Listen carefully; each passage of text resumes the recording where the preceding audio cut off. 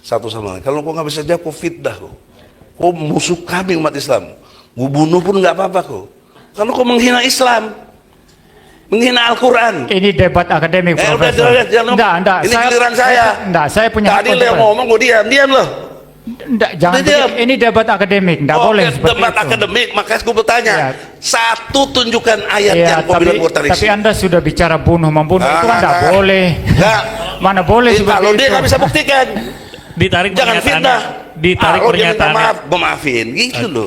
Itu Islam. Anda kurang jelas tadi itu apa yang dia maksud itu semua melibatkan interpretasi. Kalau kami mau sebagai orang Kristen mencari-cari begitu saja kontradiksi Al-Quran, itu mudah didapatkan, tapi itu interpretasi yang menurut Kristen yang Anda tidak terima begitu. Jadi ini masalah interpretasi, bukan masalah menghina. Bunda, dia berani menyatakan. Anda yang salah ini paham. Ada videonya bisa diulang. Dia mengatakan di Quran pun banyak. Iya, karena dia bicara interpretasi tadi, Pak. Menanggapi. Ya, lanjutkan pertanyaannya. Ngeles lagi. Ya, silakan lanjutkan pertanyaannya. Itu gentle. Begitu. Kalau orang salah gini, lu jangan mau nyakrika. Karena salah. Tapi memang harus menjaga. Enggak. Nah, kalau nggak salah, buktikan satu ayat. Ya? Yang kontradiktif. Bukan. Buktikan satu ayat yang kontradiktif. Ya, kembali dong. Bukan Kembali, Prof. dokter juga. Poinnya tadi bukan masalah menunjukkan kontradiksi. Bukan masalah. Masalah interpretasi. Jadi gini. Enggak, maksudnya tadi gini. Saudara-saudara tadi, Pak Ustadz Ababan dan Profesor Egy tadi itu membicarakan Alkitab yang menurut saya ilegal interpretasinya. Nah, menanggapi itu Dr. Moses mengatakan, kami pun kalau mau bersikap seperti itu, kami cari-cari, ya ini kontradiksi, bisa aja kan begitu. Oke, baik. Itu maksudnya. Sebentar. Itu maksudnya. Saya memberikan kesempatan terbuka supaya clear. Tolong ditanyakan kepada kami tadi. Kita siap, kan sama-sama siap dikritik toh? Ya, baik. Silakan ditanyakan nanti, kan ada waktu bertanya nih. Saya minta menunggu pertanyaan daripada Dr. Moses, di mana ayat-ayat yang kontradiksi di dalam Al-Quran. Kan dari tadi ayat. Baik. Satu aja nggak apa-apa. Maaf, ya, harus kembali ke moderator lagi. Ya, baik. Waktu pertanyaan sudah selesai 10 menit. Sudah, Bang. Prof, Prof. Udah ngakui salah, mestinya jujur kalah gitu dulu. Salah apa? Ya, itu tidak salah dalam arti dalam saya menyampaikan mungkin saya dalam membahasakannya mungkin akhirnya bisa disalah tanggapi, tetapi saya tidak punya maksud untuk yang seperti dimasukkan oleh Prof. Egy. Bapak Prof. Egy. Kalau gitu dengan jujur dan rendah hati saya nanya, apa yang Anda maksud banyak kontradiksi dalam Al-Quran? Misalkan dalam hal contoh ya, ketika masuk pertanyaan ya, tolong timernya dinyalain lagi.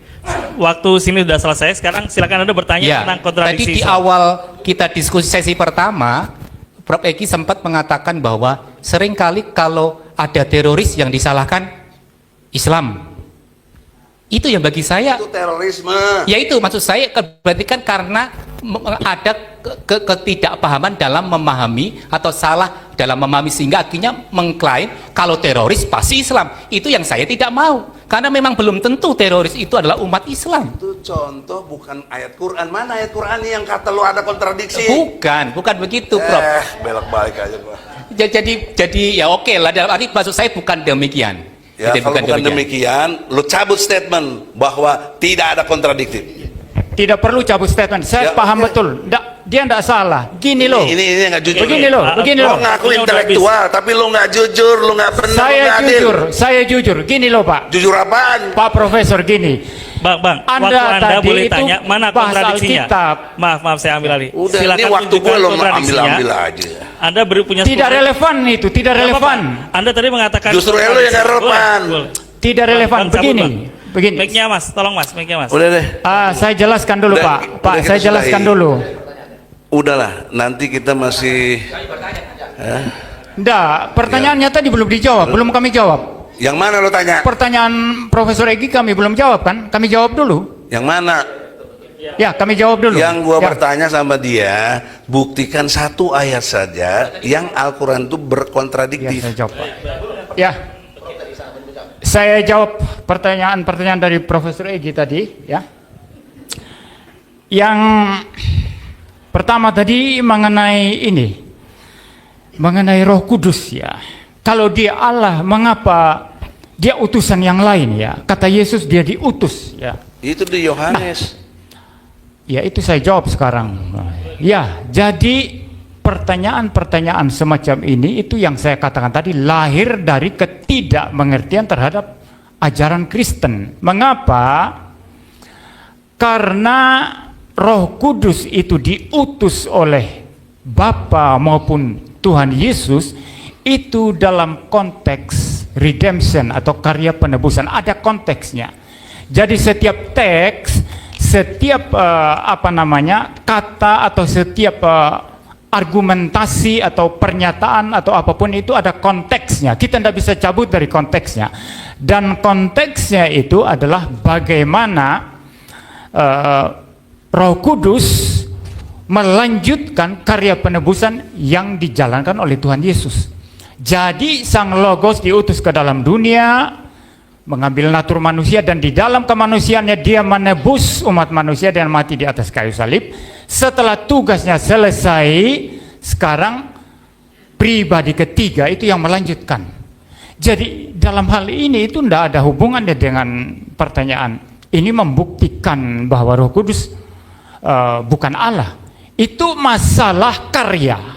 Bapa mengutus anak, anak menyelesaikan karya penebusan, mati di atas kayu salib. Sekarang giliran Roh Kudus.